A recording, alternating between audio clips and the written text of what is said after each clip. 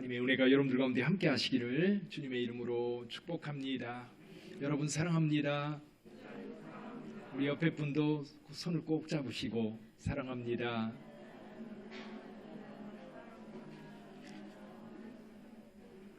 우리 김기옥 권사님은 남편 손 잡는 게 아직도 부끄러우신가 봐. 예, 꼭 잡으시고 늘 하나님의 사랑 안에 사는 저와 여러분들이 되기를 주님의 이름으로 축복합니다. 찰스 콜슨이라고 하는 사람이 쓴 책 가운데 러빙 갓이라고 하는 책이 있습니다. 그 가운데 이런 얘기가 있습니다. 부동산 중개업을 하는 분, 근데 이분의 전문은 뭐냐면 호텔 중개를 하는 겁니다. 중개인이었던 오르브 크리거라고 하는 사람이 있는데 이 사람이 한 전화 한 통을 받습니다. 근데 그 전화 한 통을 받고 나서 흥분을 해요.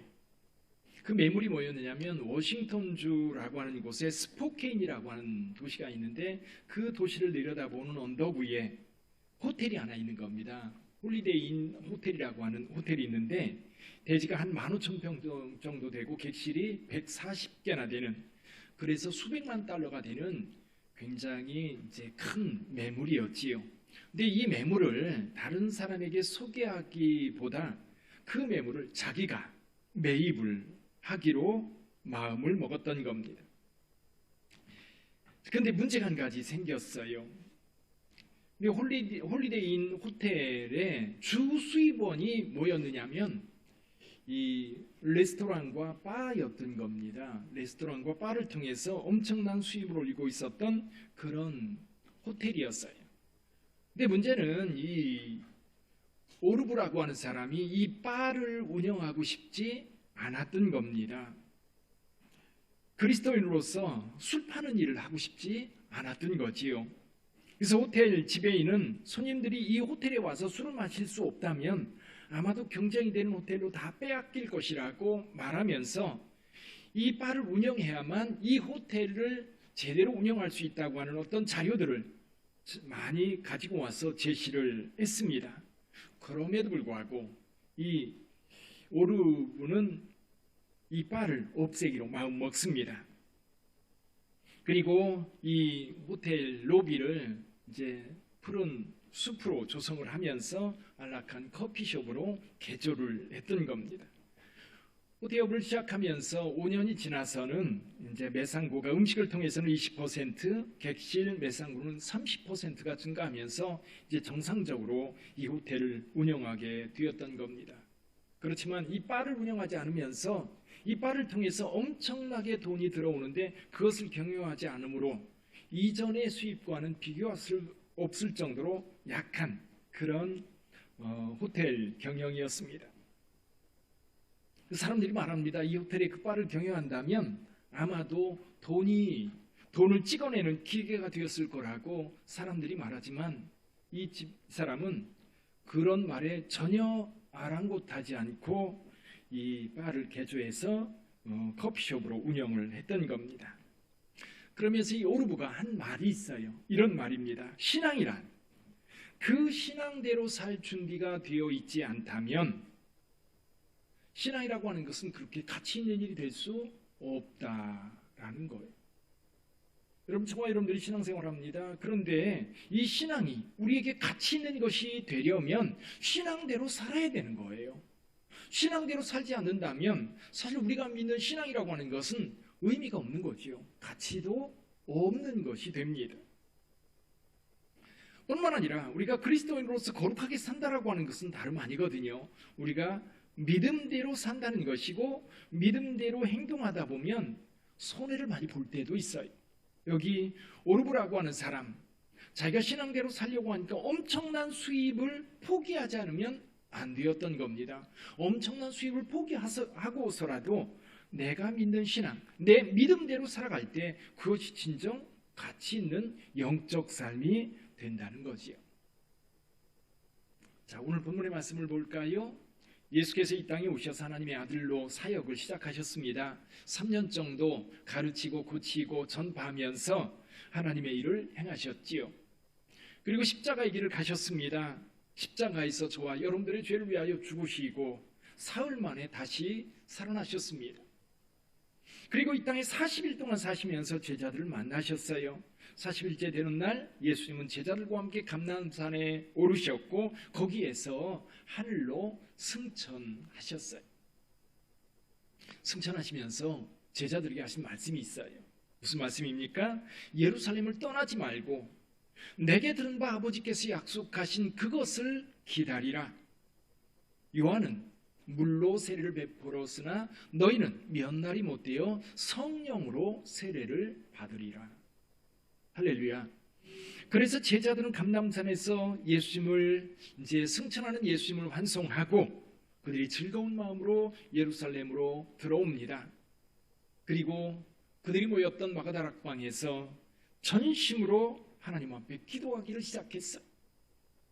그러다가 마침내 오순절 날이 이미 이르렀습니다. 오순절 날이 이르렀을 때 오늘 본문의 말씀처럼 호련히 하늘로부터 급하고 강한 바람 소리 같은 소리가 그 모인 곳에 꽉 찼어요. 그러면서 이 불의 혀같이 갈라지는 것들이요 각 사람에게 임했습니다. 한 곳에 그냥 임한 게 아니라 여기 모이는 모든 사람 한 사람 한 사람 위에 임하여 있더니라고 말씀하고 있어요. 임하여 있었습니다. 그러자 모두가 성령의 충만함을 받고 하나님 앞에 기도하기 시작했는데 각기 다른 언어로 다른 방언이라고 먼저 성경에는 번역되어 있었고 이번 성경 번역에는 각기 다른 언어로 말하기를 시작했다. 근데 이렇게 각기 다른 언어로 말을 하니까요. 그날이 오순절이에요. 오순절 축제를 지키기 위해서 이 이스라엘 땅뿐만 아니라 그 모든 지역에 흩어졌던 디아스포라들, 유대인들이 다 예루살렘에 모였었어요. 그 사람들이 이 사도들이 말하는 소리를 듣습니다. 여기 10절, 11절, 9절부터 보면요. 9절부터 보면 이렇게 말씀합니다. 우리는 바데인, 메데인, 엘람인과 메소포타미아, 여기는 예루살렘을 통해서 보면 동쪽 지역입니다. 유대와 갑바도기아, 본도, 아시아, 여기는 지금 터키 지역입니다. 부르기아와 밤빌리아, 애굽과 구레네에 가까운 리비아, 여러 지방에 사는 사람들과 로마로부터 온 나그네 곧 유대인과 유대교에 들어온 사람들과 그레데인, 아라비아인들이라 우리가 다 우리의 각 언어로 하나님의 큰 일을 말함을 듣는도다. 자, 각 나라 언어로 말할 때에 각 나라 사람들이 하나님의 큰 역사를 그들의 귀로 들을 수 있었어요.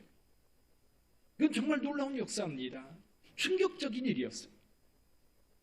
자, 그렇다면 오늘 이 오순절 성령 강림 사건이 사실 오늘 우리에게 어떤 의미가 있을까? 여러분 본문의 말씀을 통해서 두 가지를 우리에게 말씀해 주고 있습니다. 한 가지는요, 여기 성령이 임했다라는 말이에요. 불의 혀같이 갈라지는 것들이 각 사람에게 임하여 있더니, 임한다는 것은 뭐냐면 우리에게 와서 좌정하여 앉는 겁니다.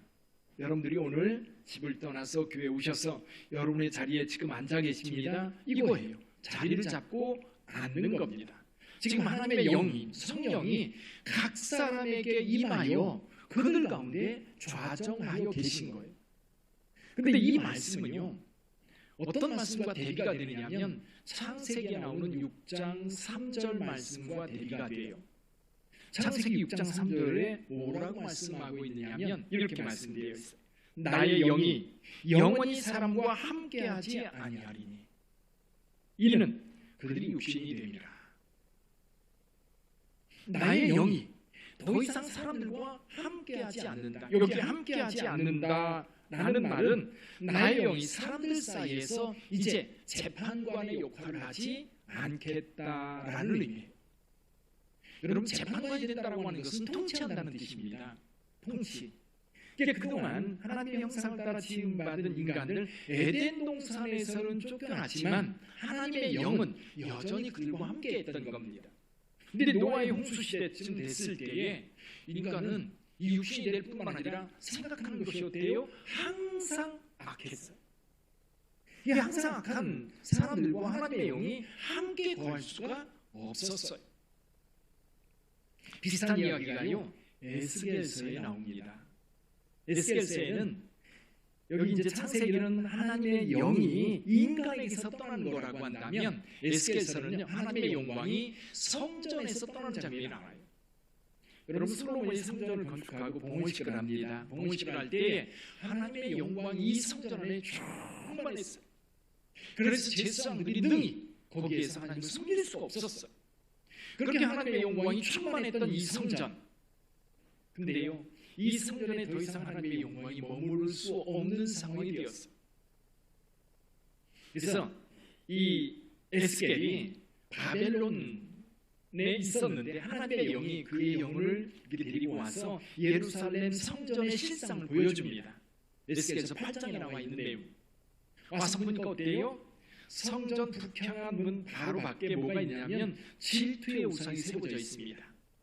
질투하는 우상이 세워져 있는 거예요. 그리고 성전 그 안에 들어오니까 담벼락에 온갖 우상들, 곤충들, 짐승들 그림이 가득 차 있는데 이스라엘 장로 70명이 그 우상들을 향해서 분향을 하는데 이 분향할 때 그 연기가 꽉 차 있는 모습을 봅니다. 다시 담을 돌아서니까 거기에는 담무스라고 하는 우상 위에서 여인들이 애곡하는 모습을 봅니다. 이제 성전 뜰 안으로 들어왔습니다. 성전의 뜰 안에 들어왔더니 제사장 25명이 떠오르는 태양을 향해서 태양신에게 경배하는 내용을 보여줍니다. 자, 그러니 그 하나님의 영광이 거기에 어떻게 머물 수 있겠느냐? 온갖 우상들이 가득하고 우상 숭배가 가득하고 죄악이 가득하고 불의가 가득한 그곳에 하나님의 영은 더 이상 머물러 있을 수가 없는 것. 그래서 하나님의 영광이 그 수레가 있어요. 거기에 하나님의 영광이 거기에 타서 성전을 나옵니다. 성전 동문을 향해서 나와서 예루살렘 동쪽에 있는 감람산이 있죠. 감람산 위로 올라가서 거기서 이제 사라지는 그런 내용이 기록되어 있어요. 결국 예루살렘 성전도 그들의 죄악으로 인하여 하나님의 영광이 더 이상 머무를 수 없었다면 창세기 6장 3절은 인간 각 사람들이 죄로 인하여서 더러워져 있고 항상 악한 일만 생각하는 그들과 하나님의 영이 함께할 수 없었던 거예요. 여러분, 저와 여러분들이 하나님 앞에 복받은 이유 중에 한 가지가 뭐예요? 하나님의 영이 여러분 가운데 임하여 있다는 겁니다. 하나님의 영. 그래서 다윗이 여러분 바세바 사건 이후에 하나님 앞에 기도할 때 뭐라고 기도해요? 하나님의 영을 내게서 거두지 말라고 기도했던 거예요. 교회도 마찬가지입니다. 교회도 하나님의 성령이 머물러 있는 교회가 거룩한 교회고 살아있는 교회인 거예요. 근데 하나님의 영광이 거하지 못하는 경우는 어떤 경우예요? 인간이 중심이 되고 죄악이 그 가운데 충만하면 하나님의 영은 머물러 있을 수가 없는 거예요. 자, 그런데 이렇게 떠났던 하나님의 영, 창세기 6장 3절에 하나님의 영이 더 이상 인간과 함께할 수 없었는데 그 영이 지금 돌아온 거예요. 임하여 있더니 좌정하여 재판관으로 앉아 계신다는 거예요. 그게 무슨 얘기예요? 통치자가 되는 거예요. 근데 여러분, 하나님의 영이 누구한테 임합니까? 누구나 다 하나님의 영이 임합니까?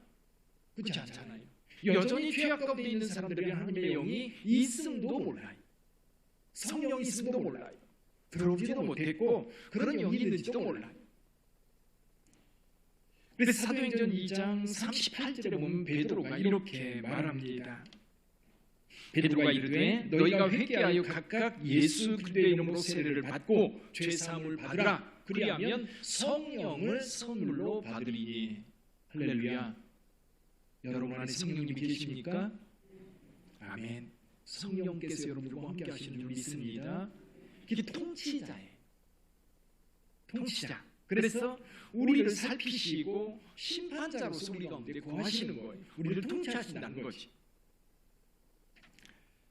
자, 그런데 오늘 본문의 말씀에 보면 또 한 가지, 우리 통치자로 성령께서 우리 가운데 임재하시면서 하나님께서 이 성령님을 통해서 하나님의 일을 행하시는데 뭘 하시느냐면 언어, 그렇죠?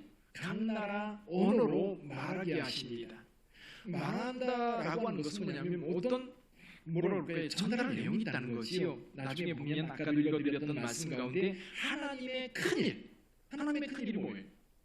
하나님의 아들이 우리 가운데 오셨고 우리의 죄를 위하여 십자가를 지셨고 부활하셨고 승천하셨고, 이런 하나님께서 예수 그리스도를 통해서 행하셨던 하나님의 큰일을 사람들이 듣도록 언어를 조정하고 계신 거예요.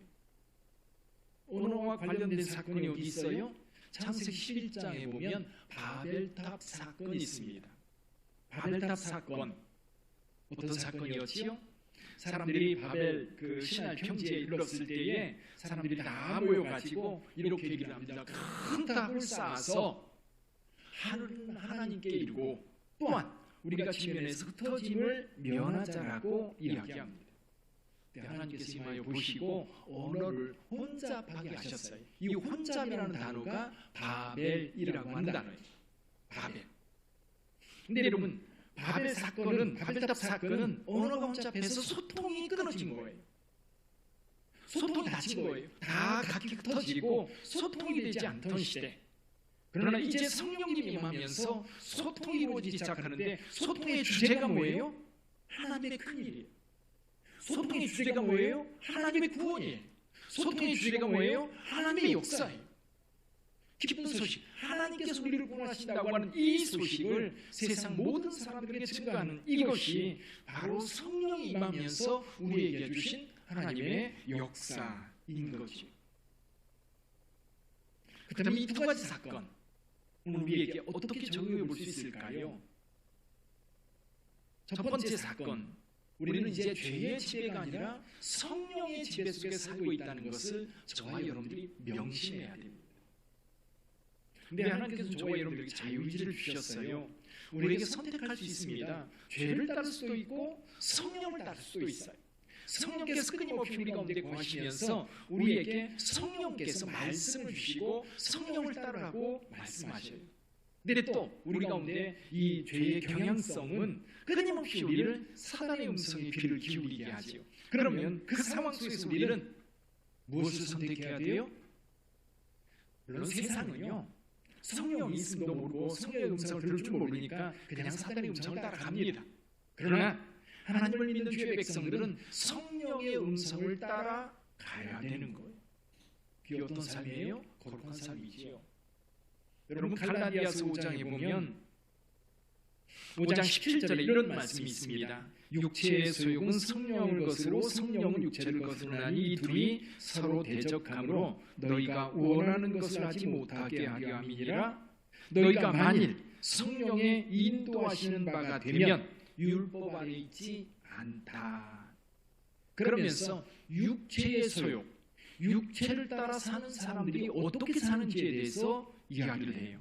어떻게 살아요? 육체의 일은 분명하니 곧 음행과 더러운 것과 호색과 우상 숭배, 주술, 원수 맺는 것, 분쟁, 시기, 분냄, 당짓는 것, 분열함, 이단, 투기와 수치함과 방탕함과 또한 그와 같은 것들이라. 여러분 삶 속에요, 그와 같은 것들이 여러분의 삶에 들어와서 여러분의 삶을 이끄는 힘이 되고 있다면 그건 사탄의 역사고 육체의 일이라는 것을 분명히 기억하시기를 바랍니다. 그건 떨고 내야 될 것들이죠. 그러나 성령께서 임재하셔서 성령이 이끄시는 삶을 산다면 성령의 열매를 맺게 될 거예요. 성령의 열매 뭐가 있지요? 사랑과 희락과 화평과 오래 참음과 자비와 양선과 충성과 공의와 절제니 이 같은 것을 금지할 법이 없다 그랬어요. 그리스도 예수의 사람들은 육체와 함께 그 정욕과 탐심을 이미 십자가에 못 박았느니라. 사랑하는 성도 여러분, 성령의 임재 속에 산다고 하는 것은 우리의 삶이 거룩한 삶이고 성령의 능력을 따라 사는 삶이 되어야 하는 것. 그래서 여러분, 성령을 따라 사는 사람들은 성령의 열매를 맺기 때문에 주변 사람들이 행복해요. 나도 행복하고요. 여러분, 여러분의 가정 안에 성령 충만한 사람이 한 사람 살면요, 여러분의 가정이 평안합니다. 여러분의 직장 생활을 하는데요, 직장에 성령이 충만한 사람 한 사람 있으면요, 정말 신납니다. 기분이 좋아집니다. 이게 성령의 열매를 맺기 때문에. 성령의 열매는 뭐예요? 사랑, 신학이 뭐예요? 기쁨이에요. 기쁨. 즐겁거든요. 행복하거든요.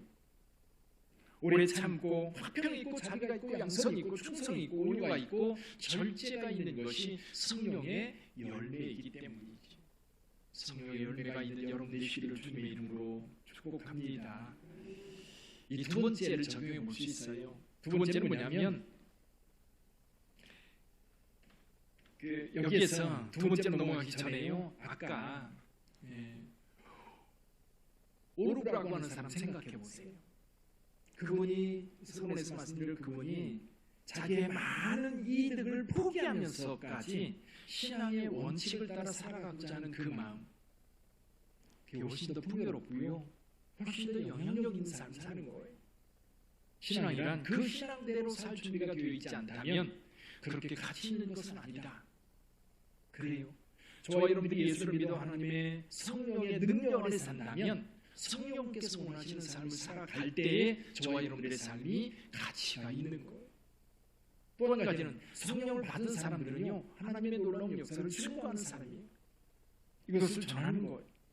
이 거룩한 삶을, 왜 내가 거룩한 삶을 살게 되었는지, 왜 나에게 역사하신 성령님의 역사가 어떤 것인지 그걸 세상에 말하는 거예요.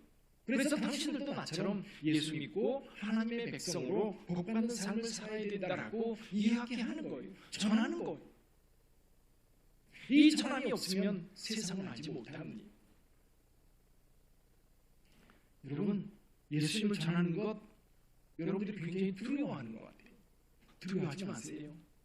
기회가 되면 전하고요, 또 직접 전하지 않더라도 다양한 방법이 있어요. 한 할머니가 평생 교회를 다녔는데 전도를 한 사람도 못했다고 하는 것이 이분의 고백인 거예요. 자랑도 아니고요. 그렇죠? 근데 오랫동안 출석했지만 한 사람에게도 복음을 전하지 못했다. 이게 늘 짐처럼 있었는데 어느 날 깨달은 거예요. 할머니에게 이웃을 사랑하는 것이 무엇인지 깨달아 아는 계기가 있었던 겁니다. 이 할머니가 이런 생각을 한 거예요. 하나님께서 우리에게 경건선역을 보내주시고 뭔가 좀 그 능력으로 살 수 있도록 어떤 분을 보내준 게 아니라 예수 그리스도를 보내주셨다는 사실을 깨달은 거예요. 근데 예수님께서 어떻게 사셨나 가만히 보니까 이렇게 사신 거예요. 세상에 오셔서 사람들과 함께 살면서 사람들의 필요를 채워주고 병도 고쳐주고 또 사람들을 보살펴주고, 할머니가요 가만히 보니까 나도 할 수 있을 것 같은 거예요. 그렇죠? 여러분들도 할 수 있으시죠? 할 수 있을 것 같은 거예요. 어느 날 이 앞집에 세를 준 집이 있었는데 그 새집에 이사를 오는 모습을 봤어요. 이사를 하는데 얼마나 분주하게 이사를 하는지 이 할머니가 가만히 보다가 집에 들어가시고 간식거리를 잔뜩 싸가지고 나왔어요. 나라도 이사하는데 힘들 텐데 배고플 텐데 이거 드시고 하시오. 그리고 내밀었어요. 근데 보니까 그릇을 준비 안 해온 거예요. 그래서 이제 다시 집에 들어가서 그릇을 준비해가지고 그래서 그 사람들하고 같이 나누면서 이야기를 합니다. 우리 동네 이사 온 거 환영합니다.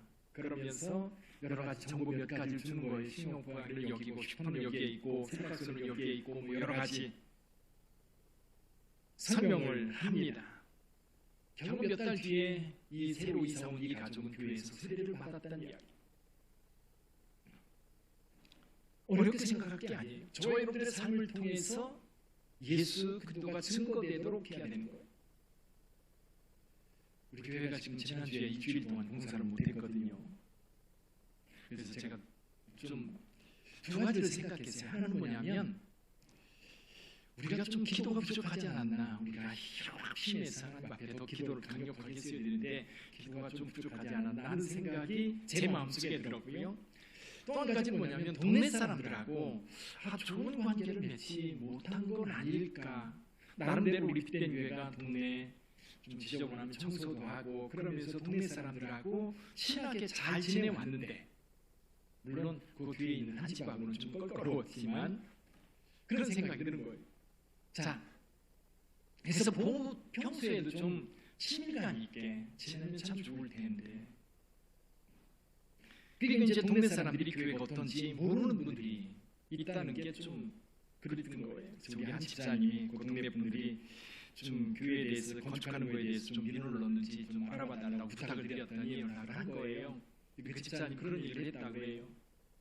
우리 빛된 교회가 동네 사람들을 위해서 많이 좋은 일도 하고 선한 일도 하는데 동네 사람 잘 모르는 것 같다. 제가 그 이야기를 들으면서 너무 감사했고요. 또 한 가지는 말하지 않고 전하지 않으면 모르겠다라는 생각을 한 거예요. 그래서 저와 여러분들이 신앙생활하면서 주변 사람들에게 예수 믿음에 대해서 그리고 교회가 어떤 일을 하고 있는지 교회가 지역사회를 선신하고 있는 것에 대해서 말하지 않으면 그리고 보여주지 않으면 모른다는 사실. 하나님의 놀라운 역사 마찬가지. 성령이 우리에게 임하였을 때에 그 성령의 역사는 여러분 성령의 능력을 받은 자들, 성령이 임한 사람들은 하나님의 이 놀라운 일들을 전해야 되는 거죠. 그래서 저와 여러분들 주변에 있는 분들이 하나님의 놀라운 일들을 맛보고 경험하고 하나님의 은혜 속에 들어와서 함께 믿음 생활하는 그리고 함께 그 복을 누리는 저와 여러분들이 될 수 있기를 주님의 이름으로 축복합니다. 기도하겠습니다.